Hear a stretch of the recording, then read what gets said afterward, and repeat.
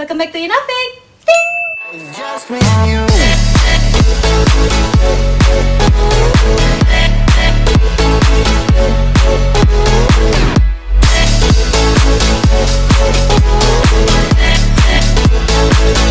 Yeah, it's just me and you. Annyeonghaseyo 여러분들. Halo semuanya. Balik lagi di channel Inafik. Nah, video kali ini tuh mungkin kalian udah tahu dari judulnya. Jadi hari ini tuh aku akan ngebahas atau ngejawab teori Yunbin WDUJ. Nah, jadi mungkin banyak dari kalian yang penasaran, apa sih teorinya tuh, apa sih, kenapa sih, apa yang terjadi gitu. Jadi aku akan mulai membahas teori Yunbin satu persatu. Nah, sebelumnya aku mau makasih banget buat kalian yang udah ngejawab, buat kalian semua yang udah partisipasi, aku makasih banget. Semoga kalian menjadi salah satu pemenangnya dan bisa berhasil mendapatkan hadiah spesial dari Inafik. Nah, langsung aja daripada berlama-lama, kita mulai bahas satu persatu teorinya ya, oke?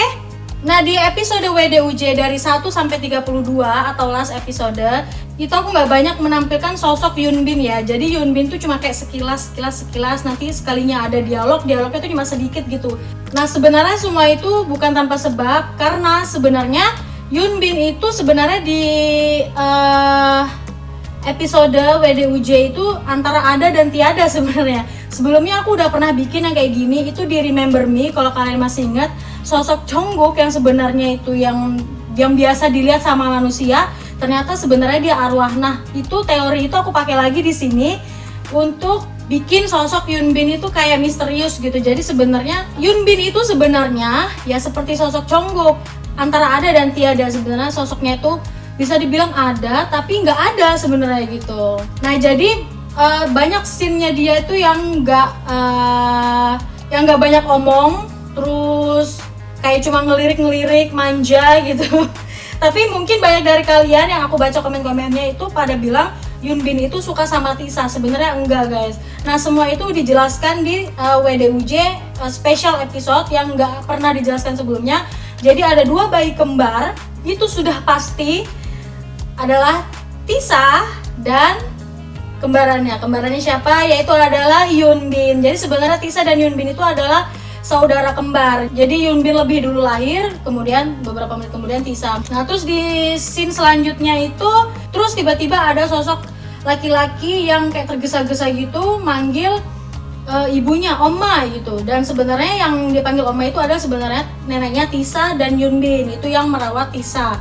Nah, kenapa ayahnya tuh lari-lari kayak panik, ketakutan gitu? Nah, jadi di scene selanjutnya itu digambarkan ada wanita yang kayak berdiri di atas gedung. Itu sebenarnya bukan Tisa, itu adalah ibunya Tisa. Jadi sebenarnya kenapa sih ibunya Tisa itu berdiri di atas gedung? Ngomong-ngomong, ini aku jelasin teori lengkapnya dulu ya, nanti Yunbinnya kita jelasin lagi.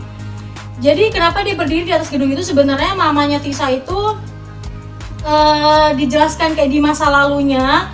Mamanya Tisa tuh sama kayak Tisa gitu loh, dibully sampai kayak mengakhiri hidupnya, tapi nggak jadi. Akhirnya dia bertemu sama sosok ayahnya Tisa dan menikah.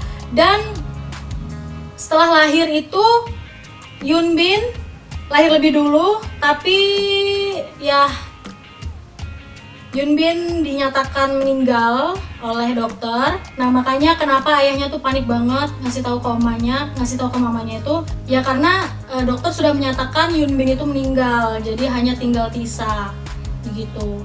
Nah, tahu Yunbin meninggal, mamanya tuh kayak depresi banget. Tisa juga mengalami kelainan, jadi dia nggak bisa berbicara atau tunawicara. Semakin hancurlah hatinya mamanya, jadi kayak merasa mamanya tuh kayak nggak bisa memberikan keturunan yang baik gitulah untuk ibu mertuanya. Padahal ibu mertuanya tuh nggak apa-apa gitu. Nah, jadi saking depresinya mamanya tahu kalau Tisa itu sebenarnya nggak bisa bicara gitu, akhirnya mamanya tuh memutuskan untuk bunuh diri.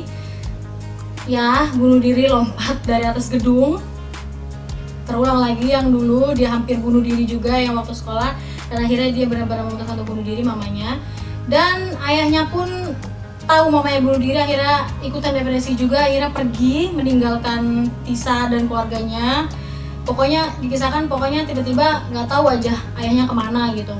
Nah jadi semakin besar Tisa ini semakin mengerti kenapa aku nggak punya orang tua gitu. Akhirnya dia mulai bertanya sama neneknya, dan mau nggak mau neneknya tuh berbohong. Jadi dia bilang ke Tisa kalau sebenarnya ibunya itu pergi meninggalkan dia dan ayahnya juga pergi meninggalkan dia. Tisa tuh mulai bertanya, kenapa sih Nek, orang tua aku tuh pergi gitu ninggalin aku. Akhirnya neneknya mau nggak mau harus bohong lagi, bilang kalau ya sebenarnya kayak ibu kamu pergi itu karena tahu kondisi kamu seperti ini, kamu tidak bisa bicara, kayak gitu-gitulah pokoknya.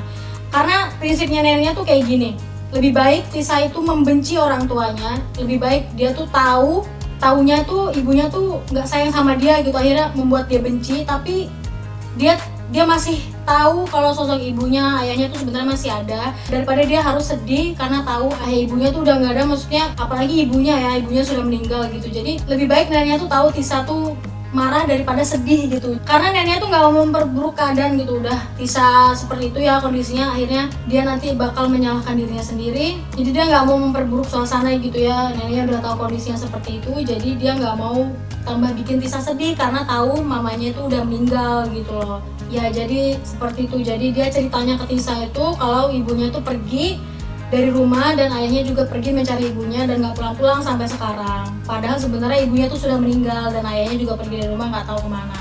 Nah mungkin itu latar belakang dari Tisa. Di special episodenya tuh juga ada background suara denyut jantung yang makin lama makin melemah dan akhirnya meninggal. Itu sebenarnya menggambarkan dua orang, mamanya Tisa dan Yunbin. Jadi sebenarnya ada dua tokoh yang sudah nggak ada gitu sebenarnya. Nah terus ada adegan di mana Tisa di kuburan neneknya melayat dan tiba-tiba ada sosok Yunbin di situ yang aku kayak gambarkan glowing, kayak bercahaya. Itu sebenarnya menggambarkan itu sebenarnya arwah Yunbin. Jadi dia tuh kayak memperhatikan Tisa dari jauh. Ternyata selama ini Yunbin itu dari Tisa kecil sampai dewasa, Yunbin itu sebenarnya ada di sisinya Tisa, memperhatikan Tisa, pokoknya ngejagain Tisa banget sampai akhirnya di sekolahan yang sama bertemu lagi dengan Yunbin. Itu sebenarnya sosok Yunbin juga, tapi kayak Yunbin tuh jadi pribadi yang kayak bisa dibilang misterius dan aneh gitu. Jadi dia tuh nggak pernah punya temen, terus di kelas juga pendiam, terus pokoknya nggak banyak ngomong ya karena emang Yunbin itu tugasnya cuma ngejagain Tisa aja. Makanya setiap kali Tisa tuh dijahatin sama Ena, dijahatin sama si Hyungi, dia tuh kayak cuma ngelirik aja. Oh oke, gue liatin ya. Dia cuma kayak ngeliatin aja sampai akhirnya di scene berantem-beranteman sama si Hyungi itu mungkin udah kayak batasnya si Yunbin buat oh nggak bisa nih kayaknya nih cowok nih perlu gue kasih pelajaran nih kayaknya kayak gitu. Makanya sampai akhirnya berantem dan akhirnya dikeluarkan dari sekolah. Tapi sebenarnya Yunbin itu nggak kemana-mana, dia masih tetap di samping Tisa walaupun Tisanya nggak bisa ngeliat. Jadi sebenarnya dia tuh ada di samping Tisa.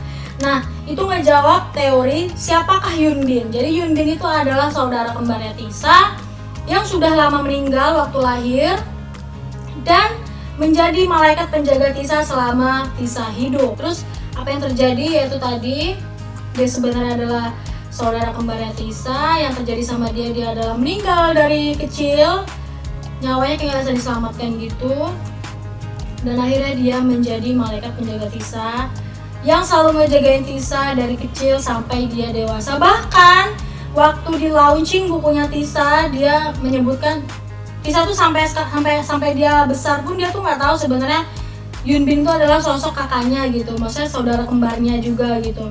Tapi waktu di launching dia sebutkan dia kangen sama Yunbin, dia kangen gini bla bla bla, ditolongin, dan sapu tangannya masih disimpan sampai sekarang. Itu kayak sengaja banget ditinggalin sama Yunbin, nggak diminta sama Yunbin, kayak ya udah itu kayak kenang-kenangan aja dari aku kakakmu loh gitu. Jadi ya gitu. Di launching buku Tisa, Yunbin datang sama kayak dulu juga menatap dari jauh melihat kesuksesan adiknya yang udah berhasil mempunyai buku, yang di dalam bukunya pun Tisa menceritakan sosok Yunbin atau sosok saudara kembarnya itu, yang bahkan Tisa juga belum tahu kalau Yunbin itu adalah saudara kembarnya. Itu guys. Nah, oke guys, jadi waktu di Instagram tuh aku ngasih beberapa hint ya untuk ngebantu kalian. Jadi hint yang pertama aku tulis di Instagram itu adalah yang terasa maupun tidak terasa nampak olehnya. Itu maksudnya adalah nalurinya Yunbin. Jadi naluri saudara kembar yang dirasakan Tisa ataupun yang dirasakan Tisa tapi tidak dirasakan oleh orang lain sekalipun, Yunbin itu bisa merasakannya gitu. Setiap kali Tisa merasakan sakit, Yunbin juga akan merasakannya. Jadi ini tuh hint 1 tuh lebih berbicara tentang ke nalurinya Yunbin atau naluri saudara kembarnya gitu lah. Jadi yang dirasakan Tisa maupun yang dirasakan Tisa tapi nggak dirasakan orang lain, itu Yunbin bisa ngerasain gitu. Hint kedua, selalu terasa bahkan hingga terbuka. Di sini tuh menjelaskan tentang nalurinya Tisa. Kalau tadi yang pertama itu nalurinya Yunbin, kalau yang kedua ini adalah nalurinya Tisa. Jadi selalu terasa bahkan hingga terbuka itu maksudnya adalah naluri saudara kembar sebelum Tisa bisa bicara sampai Tisa bisa bicara, bayangan Yunbin selalu ada dan selalu dirasakan oleh Tisa. Maksudnya selalu terasa bahkan hingga terbuka tuh maksudnya aku ngejelasin tentang mulutnya terbuka, karena sebelumnya Tisa tuh nggak bisa bicara dan setelah bisa bicara terbuka, bahkan bayangannya Yunbin tuh nggak bisa hilang gitu. Ya itu tadi karena naluri saudara kembar kan. Hint ketiga tuh adalah tidak tahu sejak kapan bisa merasa, tapi menulis tidak bisa membuat lupa. Ini naluri lanjutannya Tisa lagi, jadi ini ngebicarain tentang naluri Tisa juga. Jadi bahkan saking selalu terpikirkan nih sama sosok Yunbin, Tisa tuh sampai menulis dan menceritakan sosok Yunbin ke dalam bukunya. Mulai dari awal perkenalannya dengan Yunbin sampai akhirnya Yunbin pergi, yang padahal Yunbin itu selalu ada juga di sisinya buat menjaga dia. Jadi sebenarnya dia tuh nggak pergi-pergi banget gitu. Makanya waktu setelah kejadian dikeluarin dari sekolah itu yang dia ketemuin tuh cuma si Hyungi. Jadi dia tuh kayak, kenapa ya aku nggak bisa ketemu sama sosok si Yunbin lagi gitu. Yunbin ini kemana? Padahal Yunbin itu sebenarnya ada, tapi beda dimensi gitu. Terus hint keempat, gelap dan terang selalu ada. Meskipun tak pernah bersama, naluri itu ada dan tidak akan pernah sirna. Jadi hint keempat ini berbicara tentang kayak gelap dan terang itu aku gambarkan tentang gelap itu kematian dan terang itu kehidupan. Jadi kehidupan dan kematian itu selalu ada. Meskipun nggak pernah bersama, tapi yang namanya naluri saudara kembar, dia tuh pasti bakalan bisa ngerasain, bakalan bisa peka gitu loh. Walaupun salah satu kembarannya atau salah satu di antara mereka tuh udah nggak ada, tapi namanya naluri saudara kembar tuh biasanya lebih kuat kan ya instingnya. Jadi ya tuh walaupun nggak pernah bersama, naluri itu selalu ada. Dan hint kelima, ketika putih dan hitam bisa bersama, mungkin semua tidak akan sama seperti semula. Jadi ketika kehidupan dan kematian itu akhirnya bisa bersama, mungkin keadaannya udah nggak sama kayak yang dulu gitu. Makanya itu aku gambarkan di episode terakhir 32, ketika kehidupan dan kematian itu akhirnya bertemu lagi, bersama lagi. Tapi sayangnya itu udah nggak sama kayak sebelumnya gitu. Sebelumnya pun sama, maksudnya waktu di sekolahan pun juga Yunbin kan sebenarnya udah nggak ada gitu. Tapi maksudnya di episode 32 ini lebih kayak Yunbin tuh ada di situ, tapi dia tuh kayak nggak mau bertemu sama Tisa itu karena memang dia mungkin tugasnya dia tuh udah selesai buat menjaga Tisa, karena dia tahu Tisa sekarang sudah sama Hyungi. Tapi meskipun gitu Yunbin bakalan selalu ada di sisi Tisa sampai kapanpun. Jadi kayak gitu guys. Nah itu tadi teori lengkapnya dari Wanita di Ujung Jalan. Aku cuma minta kalian menjawab aja teorinya Yunbin, gak usah semuanya. Kalau tadi aku jelasin teori lengkapnya mulai dari Tisa, keluarganya dan segala macamnya itu aku jelasin semua di situ. Semoga kalian bisa menjadi pemenang salah satu di antara itu. Pokoknya yang jawabannya nggak 100% nggak apa-apa, mendekati nggak apa-apa dong. Jadi semua itu bisa diperhitungkan. Aku pasti bakal pilih pemenangnya yang jawabannya menurut aku mendekati dan menarik gitu. Nah, siapakah pemenangnya?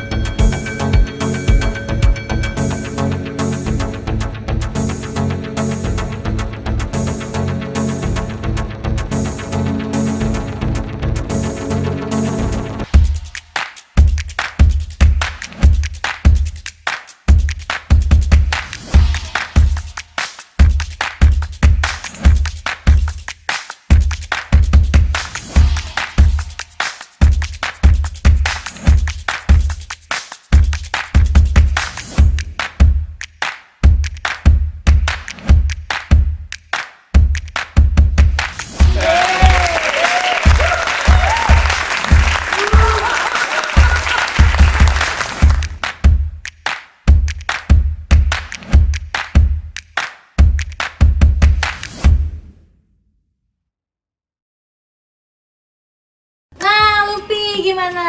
Pokoknya terima kasih buat kalian yang sudah join atau yang sudah ikutan partisipasi sama lombanya, makasih banget.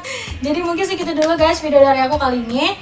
Kalau misal kalian suka sama videonya, kalian tinggal tekan like-nya, terus share dan komen sebanyak-banyaknya please. Karena aku suka banget baca komen-komen dari kalian semua. Jadi aku bisa tahu apa kekurangan aku dan mungkin bisa jadi pembelajaran dan bisa menjadi kemajuan untuk channel kedepannya gitu. Terus jangan lupa yang paling penting juga kalian harus subscribe di channel Inafik di bawah. Klik tombol merah subscribe atau berlangganan karena berlangganan itu gratis, dan nyalain lonceng notifikasinya karena supaya kalian bisa jadi orang pertama yang update kapan nih Inafik upload video, kalian bisa tahu dan bisa menjadi orang pertama yang nonton. So ya segitu dulu video kali ini. See you on my next video guys. Bye bye. Annyeong.